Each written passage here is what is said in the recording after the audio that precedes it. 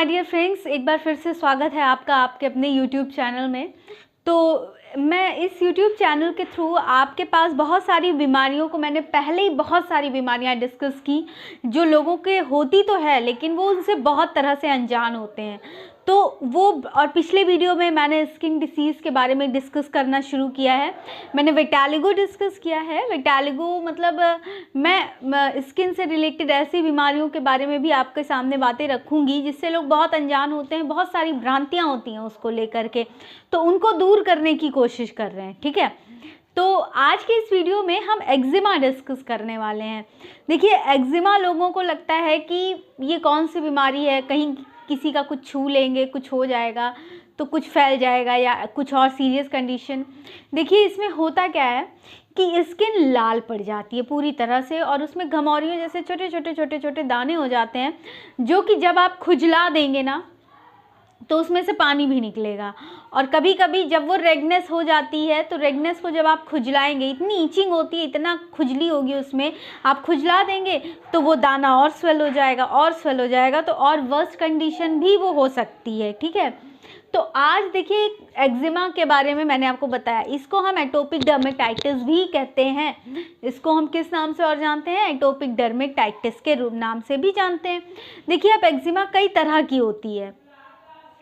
अब कई तरह की कैसे होती है, शरीर के किस भाग में है, किस वजह से है, इस बेसिस पे ये कई तरह की है। सबसे पहले तो कॉन्टैक्ट डर्मेटाइटिस।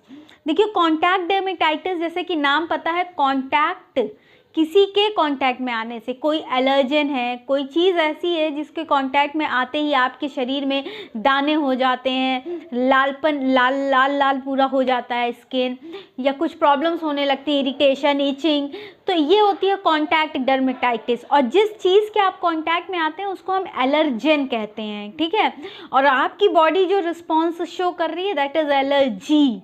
ओके, तो अब फिर उसके बाद है डायसीडियोट्रिक डर्मेटाइटिस। देखिए, ये कहाँ पे होती है? ये सबसे कॉमन है, औरतों में सबसे ज़्यादा होती है। और ये कहाँ होती है? हाथों के हथेलियों पे हो सकती है, पैरों के तलवों में हो सकती है, ठीक है, उंगलियों में हो सकती है।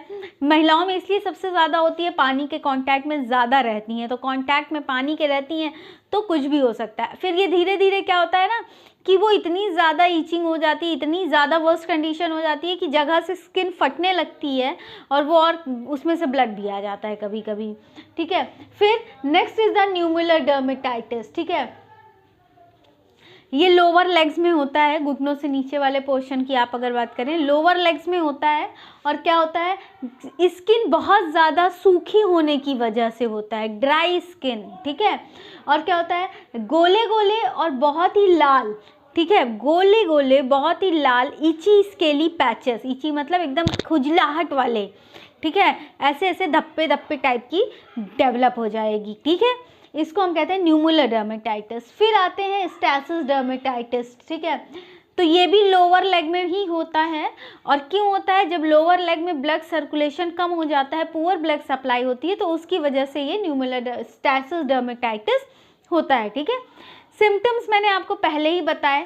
सिम्टम्स में क्या होगा कि स्किन रेड हो जाएगी, उसमें बहुत ईचिंग होगी, बहुत खुजली होगी, छोटे छोटे दाने हो जाएंगे, खुजलाहट करेंगे तो और वर्स कंडीशन हो जाएगी। कभी कभी क्या होगा, स्किन भी पील आउट हो सकती है, बाहर आ सकती है खुजली होने की वजह से। ठीक है, अब देखिए, अब हम बात करें अगर ट्रीटमेंट की, तो ट्रीटमेंट की अगर बात करें तो देखिए, ऐसे एज सच कोई भी OTC medication, over the counter medication जो है वो एक्जिमा को ठीक तो नहीं कर सकती, लेकिन हाँ, इससे रिलेटेड जो सिम्टम्स हैं इनको कम किया जा सकता है। अब इनको कम करने के लिए क्या करते हैं? देखिए, ये क्या करते हैं, ये सिम्टम्स जो एलर्जिक रिएक्शन बॉडी प्रोड्यूस कर रही है। ठीक है, क्यों प्रोड्यूस कर रही है? क्योंकि हमारी बॉडी में एक केमिकल है हिस्टामिन, ठीक है, जो मास्ट सेल से रिलीज होता है। जो लोग साइंस बैकग्राउंड के नहीं भी वीडियो देख रहे हैं, मैं उनको भी बता रही हूँ कि हिस्टामिन एक ऐसा केमिकल है जो क्या करता है, बॉडी में एलर्जिक रिस्पांस को शो करता है। एलर्जिक रिस्पांस कौन से रिस्पांस होते हैं? जैसे एलर्जन के कांटेक्ट में आए तो लाल पड़ गई स्किन पे, चकत्ते पड़ गए, कुछ भी हो गया, तो वो होता है हिस्टामिन की वजह से। तो ये जो ओटीसी मेडिकेशन क्या करती हैं कि एलर्जिक रिएक्शन को ख़त्म करती हैं। कैसे? कि हिस्टामिन के थ्रू जो एलर्जिक रिएक्शन हो रही हैं उससे, ठीक है। तो इसके लिए जो हमारे पास दवाइयाँ हैं वो है सेट्रिजिन, डाइफेनहाइड्रामिन, फेक्सोफेनारिन और लोराटिडीन, ठीक है। और हमारे पास क्या है, कॉर्टिसोन या फिर स्टेरॉयड की क्रीम्स भी अवेलेबल हैं, ठीक है। कॉर्टिसोन और स्टेरॉयड की क्रीम लगाने से क्या होगा, जो रेडनेस है वो कम हो जाएगी, ठीक है। देखिए अब मैं फ्रेंड्स एक बात बताती हूँ, स्टेरॉयड्स की क्रीम का ये प्रॉब्लम होता है ना कि रेडनेस तो कम हो जाएगी, आपकी स्किन वापस से नॉर्मल कलर पे भी आएगी, लेकिन इनका सबसे बड़ा प्रॉब्लम होता है ये स्किन को इतना पतला कर देती हैं, इतना पतला कर देती हैं कि कभी कभी ऐसा लगेगा अब ब्लड बाहर आया कि तब वाली कंडीशन, ठीक है। तो जो ये स्टेरॉइड्स की क्रीम होती है इनका ये थोड़ा सा इशू है, ठीक है। फिर next is the immune suppressant. देखिए आपकी बॉडी ओवर अग्रेसिव हो जाती है एकदम से, इसलिए वो एकदम रेड रेड रेड रेड चकत्ते टाइप के हो जाते हैं, यानी कि आपका इम्यून सिस्टम ओवर एक्टिव हो जाता है। तो उसको सप्रेस करने के लिए, ताकि ये जो रेडनेस वगैरह है ये कम हो जाए, इसलिए इम्यून सप्रेसेंट भी दे सकते हैं। तो अगली है एंटीबायोटिक्स। अब इन्फेक्शन को कम करने का एक ही तरीका है कि एंटीबायोटिक्स दे दी जाए, ठीक। फिर उसके बाद कुछ होम रेमेडीज़ भी अवेलेबल हैं, घर पे लोग नारियल का तेल में कपूर मिला के लगा लेते हैं, ठीक है। टी बैग्स वगैरह का भी एक ऑप्शन है अपने पास, और कुछ ऑप्शंस हैं एरोमा थेरेपी, और क्या ऑप्शंस है, योगा वगैरह करना, फ्रेश एयर लेना, ताकि जिस भी चीज़ से एलर्जी है वो कम हो जाए बॉडी में, ये मेडिटेशन करना, ये सब कुछ जनरल चीज़ें हैं। अच्छा सोना, अच्छा खाना, स्किन को क्लीन रखना, साफ सफाई का पूरा ध्यान रखना, क्योंकि एक ऐसी कंडीशन है जो गंदगी से पनप रही है, ठीक है। Next is the diagnosis. देखिए फ्रेंड्स, अब ये एक्जिमा वाली कंडीशन है या कौन सी वाली कंडीशन है भाई, क्योंकि घमौरी हो रही है तो भी लाल लाल हो रहा है, कोई भी कंडीशन हो रही है, स्किन रेड हो रही है, दाग हो रहे हैं, दाग धब्बे हो रहे हैं, अब ये एक्जिमा है कि कौन सी कंडीशन है। तो इसको डायग्नोस करने के लिए एक चीज़ है पैच टेस्ट, ठीक है। सॉरी, पैच टेस्ट में क्या होता है, आपकी स्किन के ऊपर पैच लगाया जाता है और उस पैच पे एलर्जन को अप्लाई किया जाता है, ठीक है।